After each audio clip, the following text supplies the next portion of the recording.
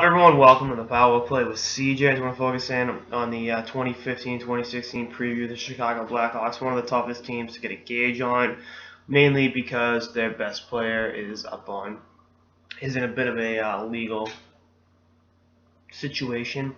So we're going to do this piece on the premise that Kane will miss the start of this season. This is tough to wrangle with. Usually I do the reigning champs. This is one of my first teams. I do the team previews. It's always either LA or Chicago. But just bear with me. We're going to pretend Kane is in a Slava Voinov situation when camp opens. Which we'll talk about Voinov in another piece, that piece of shit. But Hawks without Kane right now. That's what we're going to do. So I did spend 40 seconds explaining that. Let's do it.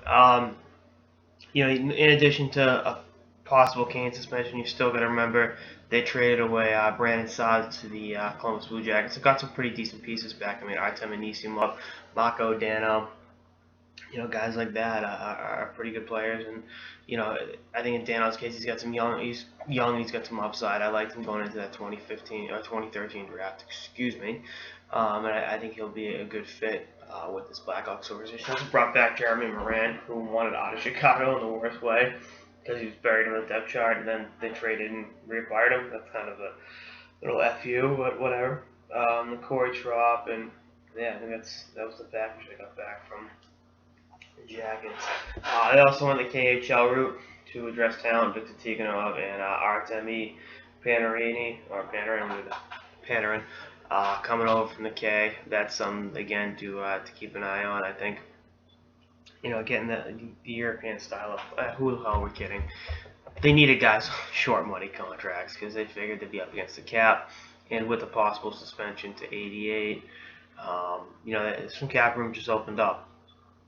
So, I mean, hypothetically, if Kane were to be suspended for the season, there's $10 million in cap room right there. Because, again, the Kings don't have to hold Voinov's cap room.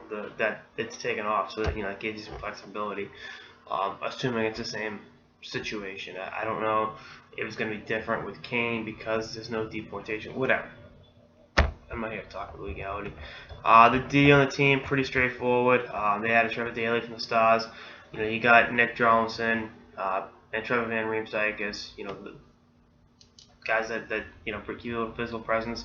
David Rundblad, I think, will play a lot of minutes this year, and I love that home run pass he has. Watching him do his thing, it's fun to watch. But the bread and butter of this blue line will always be the guy that wears number 2 and the guy that wears number 7. Duncan Keith, he consummated one last year, and this guy that can play 35 minutes a game, no problem. I think the Hawks are going to start watching his minutes a little bit more when he's 32 years old. But this guy is a machine. I don't think he's human. I think someone went in a factory and decided, let's make the perfect defenseman. And Duncan Keith came out. I mean, this guy, he's one of the best big game players in the league. He can handle any responsibility you give him. And, he's always up to the challenge and always, a guy that's going to be out against your top players, going to move the puck, going to quarterback the power play, kill penalties, block shots with his teeth. He's an animal. He's a savage. But on the flip side of the coin, Brent Seabrook going into a contract here. I think he wants to stay in Chicago. I think the Hawks want him to stay. But given the salary cap situation, I don't know what team he'll be playing for this time next year. And again, I like Seabrook a lot as a player. I thought at times last year he was one of their top 3 best players. Easily during a couple stretches of time in January, February, watching him like, shit, this guy's good. He's not just riding shotgun with Duncan Keith, which is gonna fault him if he is. I mean, pretty easy guy to ride shotgun with. But again, that's the D. Goaltending, Corey Crawford, the number 1, helped win you the Stanley Cup, 2 Stanley Cups.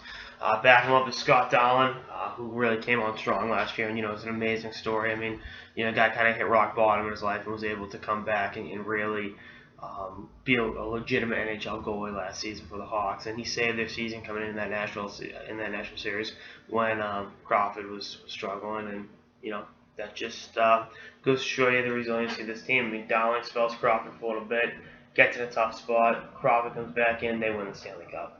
I mean, there's so many parts of this team that are interchangeable.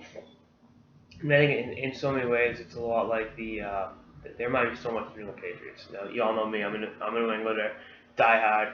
I love Brady, Belichick, Mr. Kraft, and I think they should sue the NFL for slanderous allegations against them. But the way they win championships is next man up. You got to do your job, as Belichick would say. It sounds cliche, but it's the same mindset with the Chicago Blackhawks team.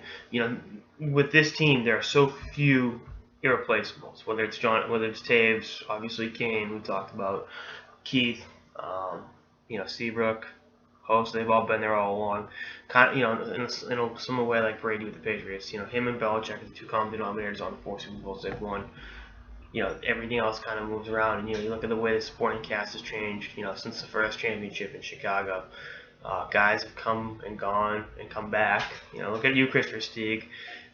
So again, it's just really an interesting thing, and they are a dynasty, straight up, they're a dynasty. And we'll see how they handle this. Can Marion Host to handle more minutes? How much more of an onus is going to be put on Taves?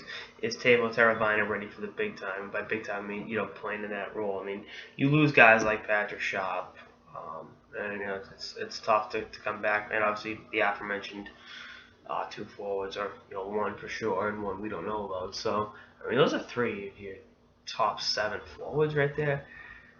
Quenneville's a hell of a coach. He's going to get creative.